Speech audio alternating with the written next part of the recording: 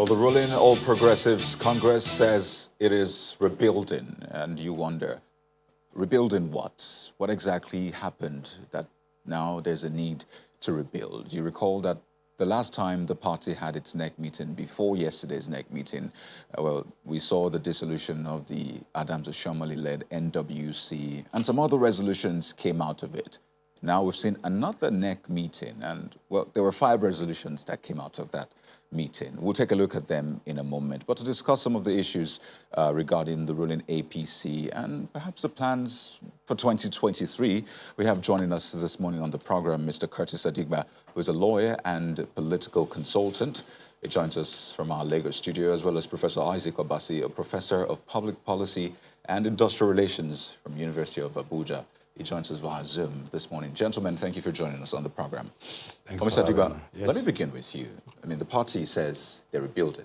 And if you take a look at the front pages of the dailies, you see reports to that effect. Do you see this as an end to the hostilities, the infighting, the divisions we have seen in the ruling party in the past few months? Well, no one single meeting can resolve all problems within the political party. And the simple reason is a political party is a living organism because it's made up of people, human beings with different ideas, and these ideas come up from time to time. So you cannot just sit in one place and say, oh, all the issues are resolved. That's the idea of politics. Politics is about conversation. It's about looking at issues from time to time, disagreement and agreeing on the core policies and issues of the party. So in as much as I don't see that happening, that just one meeting will resolve all the issues, but I think it's a good step in the right direction. It means that there's engagement, and then from time to time, you're going to see issues that crop up being resolved. So it's a good step in the right direction.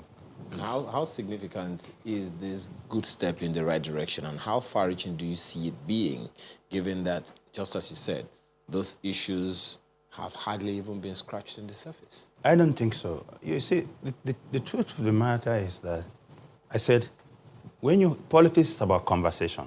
You are bound to have disagreement. You're bound to agree because you find people coalesce around interests. And for people like us, or like you guys, because I'm into politics a little bit, So you're a politician? Yes, who are not deeply involved in politics. You see things on the surface. And so time is not of essence to you. But for the actors, the participants themselves, they're counting time. Oh, believe me, we're counting time. Just before 9 a.m. They're counting the time. So the show.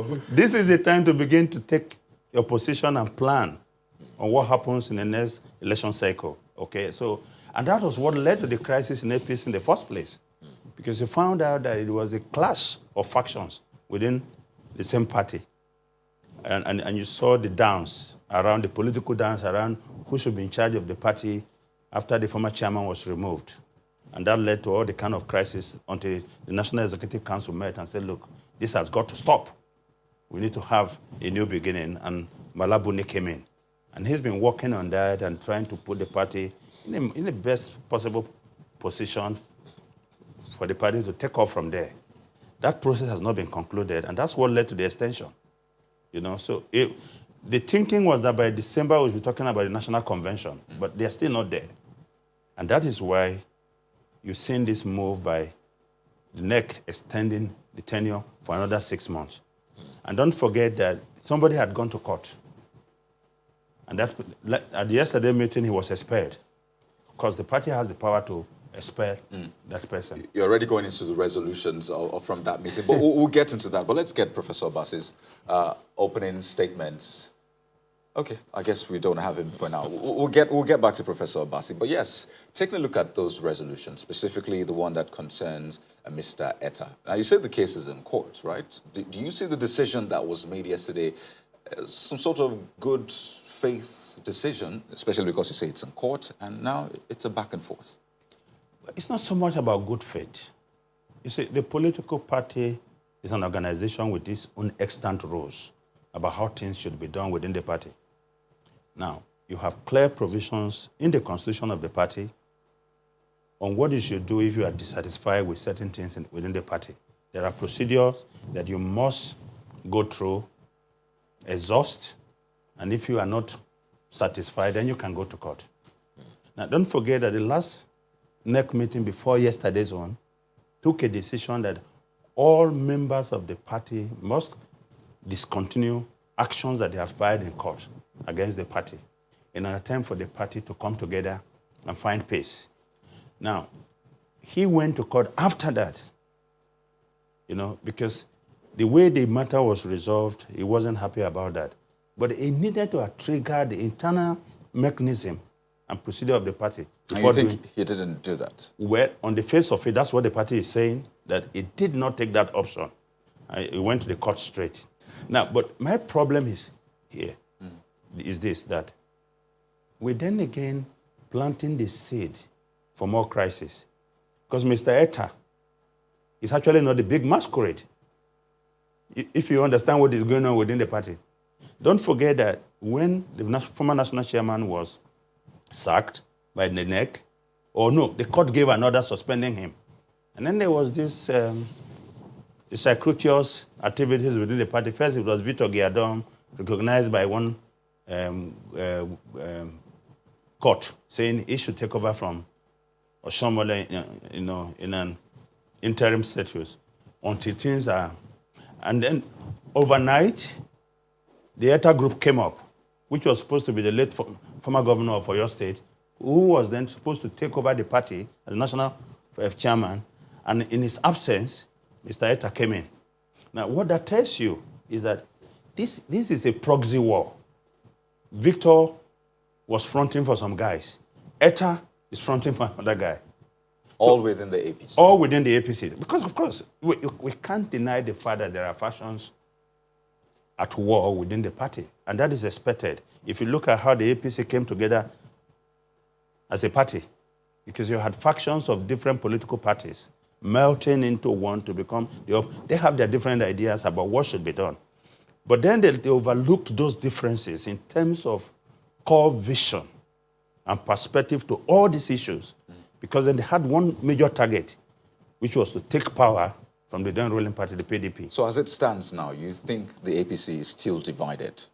All political parties are divided. Even families are divided. But what is the extent of the division? Are the fissures so bad that it ultimately destroy the party or the family? I don't think so. I think this is something that can be mended and they can come together. Because you say this is a proxy war. Now, Mr. Etta is still in court. Yes. I mean, and you just mentioned the party leadership saying everybody should withdraw court cases. By the way, some people have issues with that because they think, isn't that shutting the temple of justice to people? People have a right to approach the court if they're not fine with what's going on. Even, the definition of internal party mechanism varies across boards. Some will say, if the party doesn't want to listen to me, how would I then go through the whole mechanism? First and foremost, you understand the rules of a group before you join the group. It doesn't have to be perfect. And the courts have said that. So when you join the group, and there are things you disagree with, the rules again state that these are the processes or procedures you must exhaust before you can go to court. Because you see, you don't want to bog down the organization in court on every issue. So the rule says Ayo must be at his desk by 8 a.m. in the morning. All right? So Ayo is not there and he's given a query. And instead of answering the query to explain why he wasn't there, he goes to court and says, I have a right of free movement. How would that work well for the party?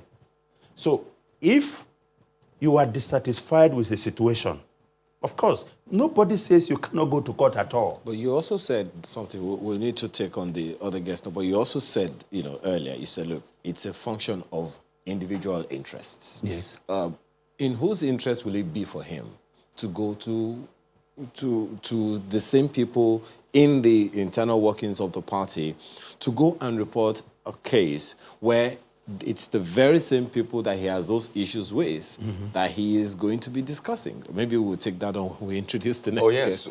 We might be speaking about a party, but we have another party in this discussion, and that's Professor Obasi. Well, the ruling party, ideally, should be some sort of standard, really, for political parties in any nation. People voted that party because they saw something they loved. Seeing the things that have played out in the APC, the back and forth, And now the latest NEC meeting, would you say that the APC is indeed a standard for political parties in the nation?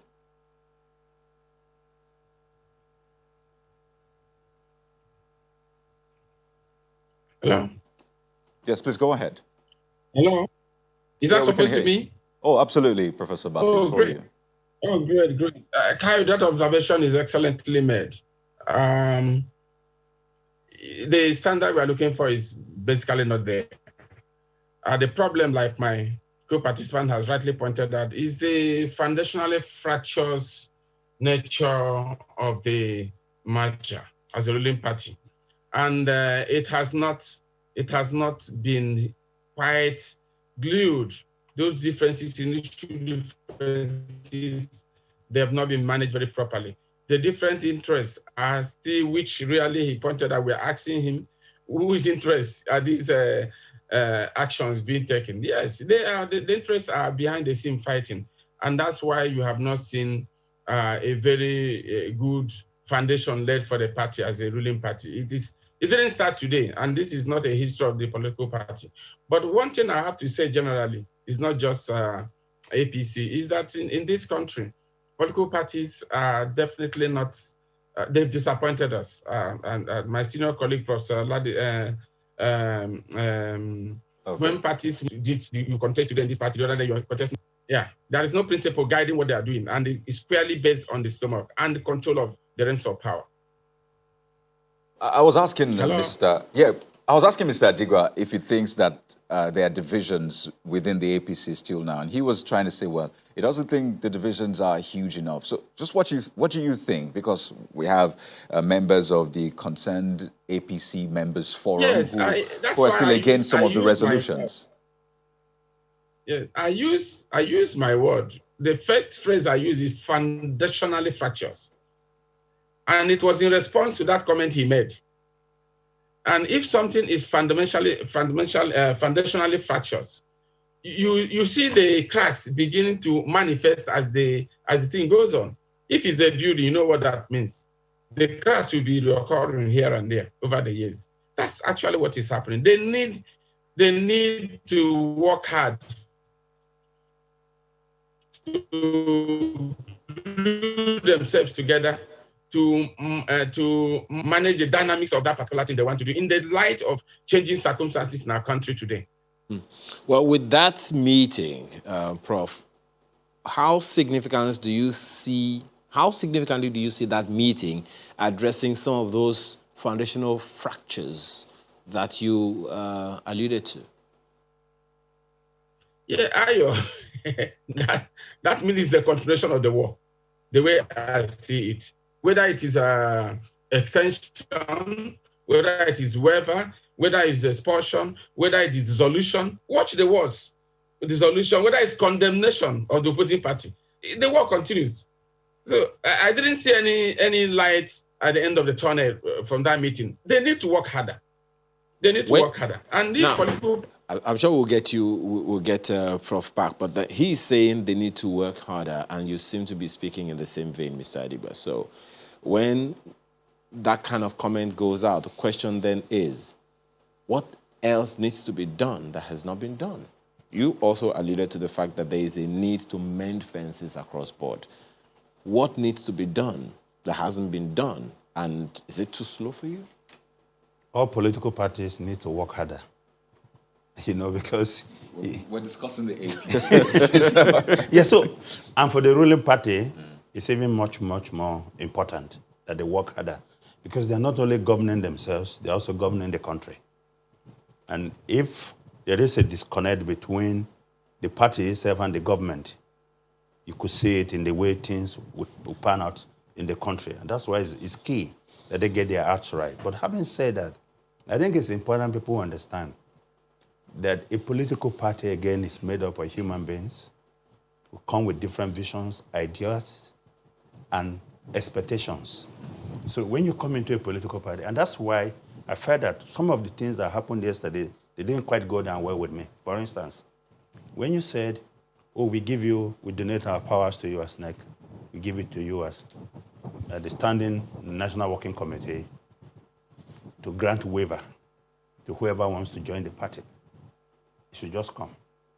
And when it comes, it's entitled to all the rights of members who are already in the party all these years, building the party and making efforts. That's another recipe for crisis. Because what you are going to see is you're going to see all kind of people come from different political parties when they're, especially the opposition ruling party. You see what is been happening. The story about some governors still planning to move into the party. These are guys with big egos and resources. And as they come into the party, they want to take the center stage. You know, just like where they are coming from. You're going to have more crisis. Wouldn't that be a true test of the popularity of those already in the party? I mean, if you don't have the support, you don't have the support. So what's the point? True test of what? I mean, that people are moving from one party to the other. No, the point is this. So you're saying that the fact that people come in and now they can contest overrules the chances of people that have been in the party, that have been loyal to the party for years, right? Mm-hmm. So the question now is, if those people who have been loyal to the party don't have enough support to even win an election against a new member of the party, then, I mean, the facts are there. It's clear then. No, that's not, the facts are not there. The fact is that APC is the ruling party. It's one election in 2015. It's one election in 2019. Okay? So you cannot argue against the facts and say it's not a popular party. No. The members within the party who are vying for posts in the party. Yeah, but the members within the party are the same members that won the elections for the party.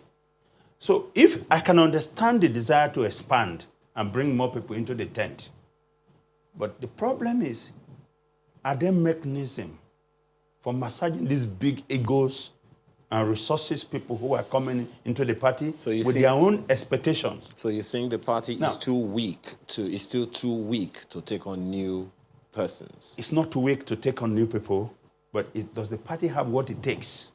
Because let me tell you something. You answered it and then you asked the same question. No, let me tell you something. I have a technical point that I want to make. The strength of a party is in the satisfaction of the members of that party. If they are not satisfied,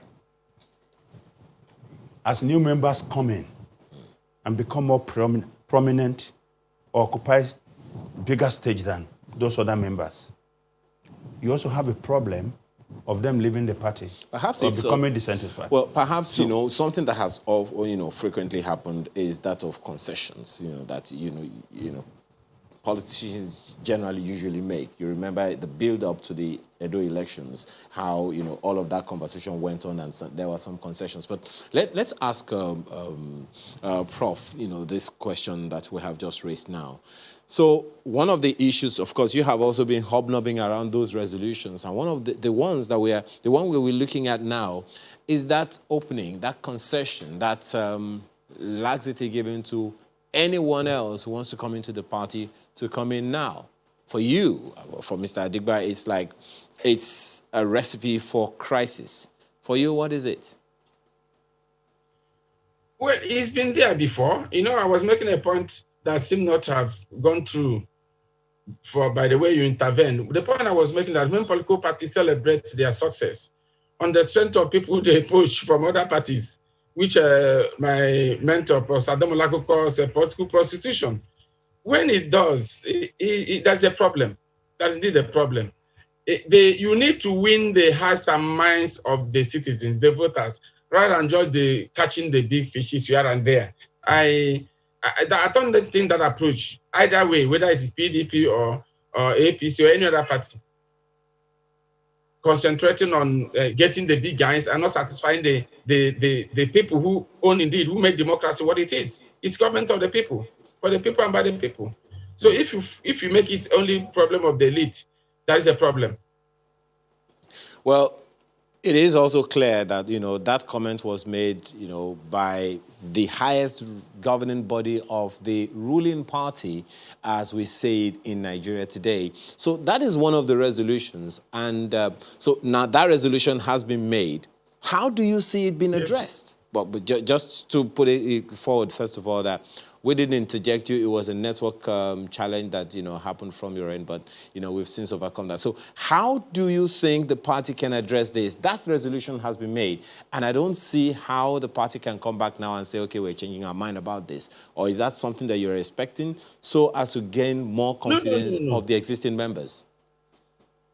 No, I'm not talking about the party reversing itself and the rest of them. In fact, the truth of the matter, as far as I'm concerned, my own opinion is that for me, the waiver thing is not an issue among the things that are a critical problems there. I have already made a point that if all a party does is to go and remember when the waiver was made, that was clapping of hands. Did we hear clapping of hand in number one or the other ones, the other major issues they raise? So for me, that's a non-issue, and I'm not bothered about how people prostitute from one party or the other. So whether they waive or don't waive, I'm not concerned. But then there's that also. There's an additional concern. Yeah. Okay. Well, one of the other concerns of the party, talking about members as well, is that of the dissolution of all the organs of the party.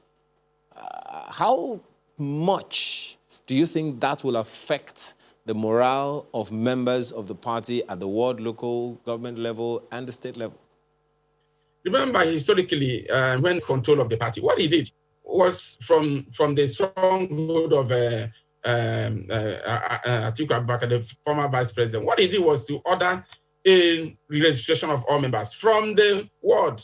I know what that targeted. Everybody knew it. In Adamawa, they said that the man, they refused even to register him. So that's the way to take the party away from those who are controlling it presently. So and to hand it over to others, it didn't happen only at that time.